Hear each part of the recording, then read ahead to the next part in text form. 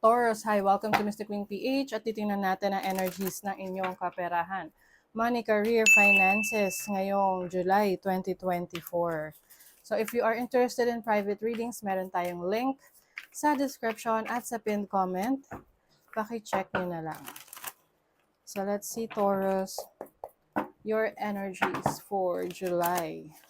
Kaperahan, money, career, finances, overall energy is the Lovers. Wow, commitment ito. So, maaring papasok kayo sa isang commitment.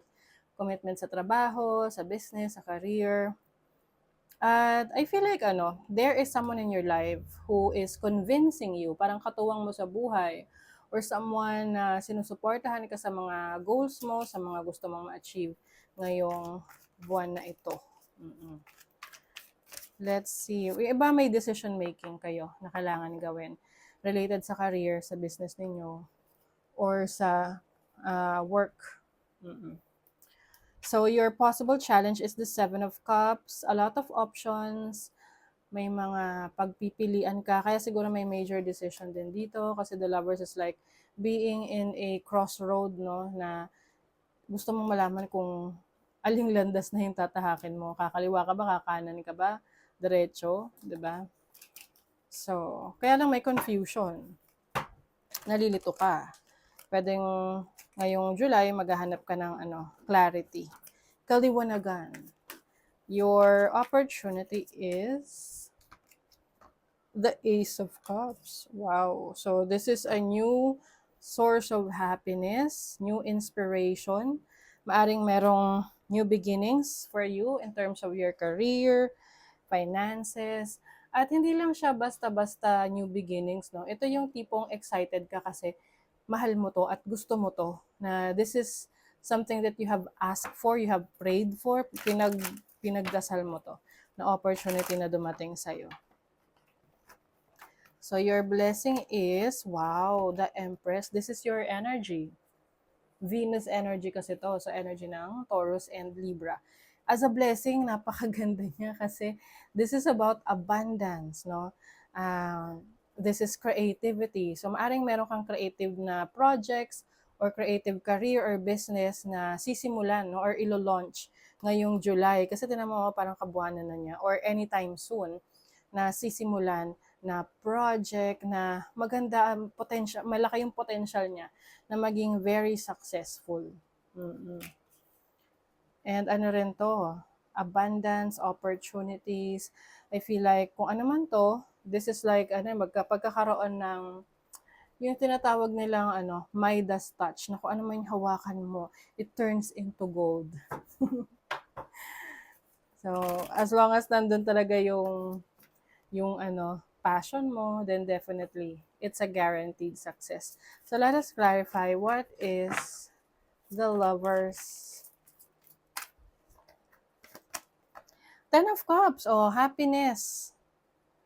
Grabe, this is fulfillment. Fortune after difficulty. So, some of you naka-experience ng challenges, lalo na sa family, no, na pwedeng nagka-problema ang isa sa family member, or may pinagdaanan yung family ninyo na challenge in the past. And now, no, you are rebuilding your dreams again. Yung iba, pwedeng meron kayong certain achievement for your family, like nakabili kayo ng bagong bahay or lupa, or sarili nyong sasakyan, or nakapagpatayo kayo ng negosyo na involve ang inyong mga family members. What is the Seven of Cups? The Five of Pentacles. Oh, okay. So, as a challenge, maaring parang magugulhan ka kung ano yung pipiliin mo. Maaring may mga taong will try to distract you about your decisions. So just make sure na piliin mo yung saan ka passionate, na sa tingin mo maaasikaso mo talaga. Kasi medyo crucial tong decision making mo. Kasi pag nagkamali ka ng pinili dyan, parang make or break siya. Okay? But I feel like, ang mapipili mo dyan, syempre, yung best for you that will lead to success. Meron kasing energy rin dito na maaring isa sa challenge mo is merong taong malapit sa'yo or someone na connected sa'yo na magkaroon ng challenge sa pera. Tapos, you will be required na tulungan tong taong to or somehow maapektuhan ka, so kailangan mong tulungan. Okay?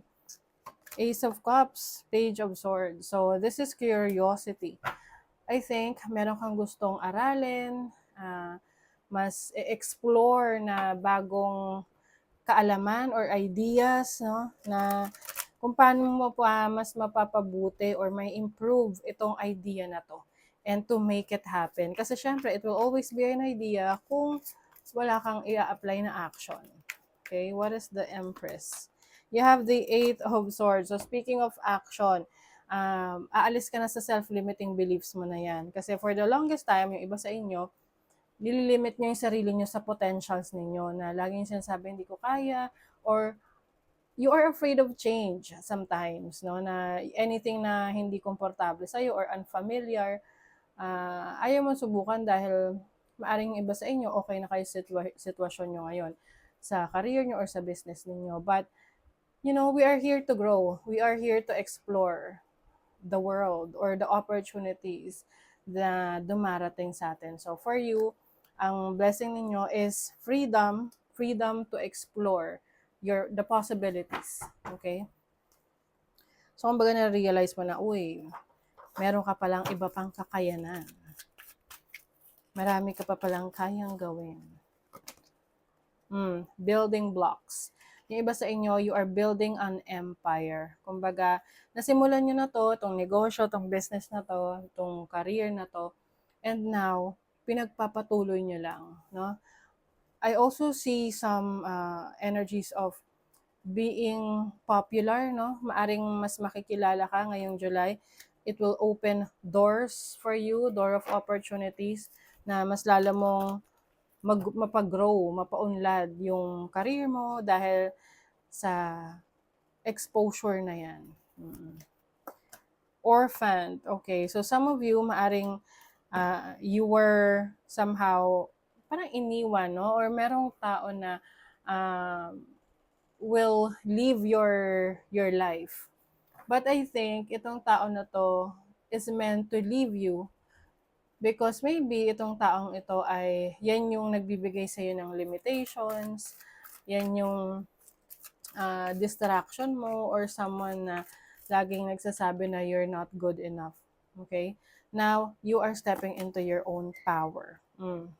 Truth to be told, nalalaman mo na yung iyong purpose sa mundo. You have more clarity ngayon.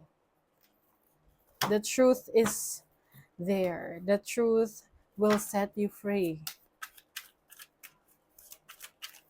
I think meron kang marirealize dito na passion mo.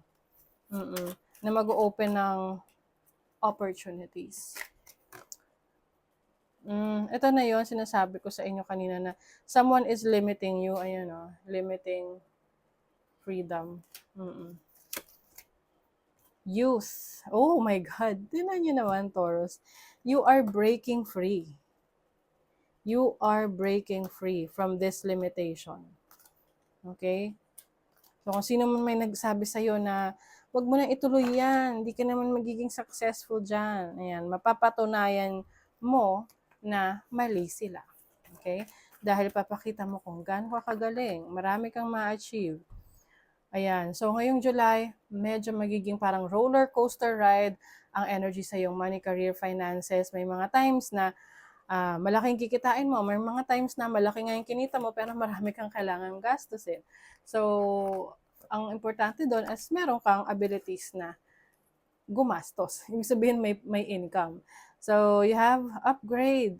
Nagle-level up ka ng career mo. Oo. Meron ding promotion for some of you. Okay? So, that's really good news for you, Taurus. The wisdom and messages of the divine are within you. Yes. You are divinely guided, Taurus, kung ano man itong mga ipupurso nyo sa buhay ngayong July sa career ninyo, sa business. Smile, you will soon experience a wonderful journey of inner discovery. See, you will discover your talents, your skills, yung iba mo pang mga kakayanan. na mag-open ng bagong opportunities for you ngayong July. Okay, so that is your reading, Taurus. Thank you so much. Bye.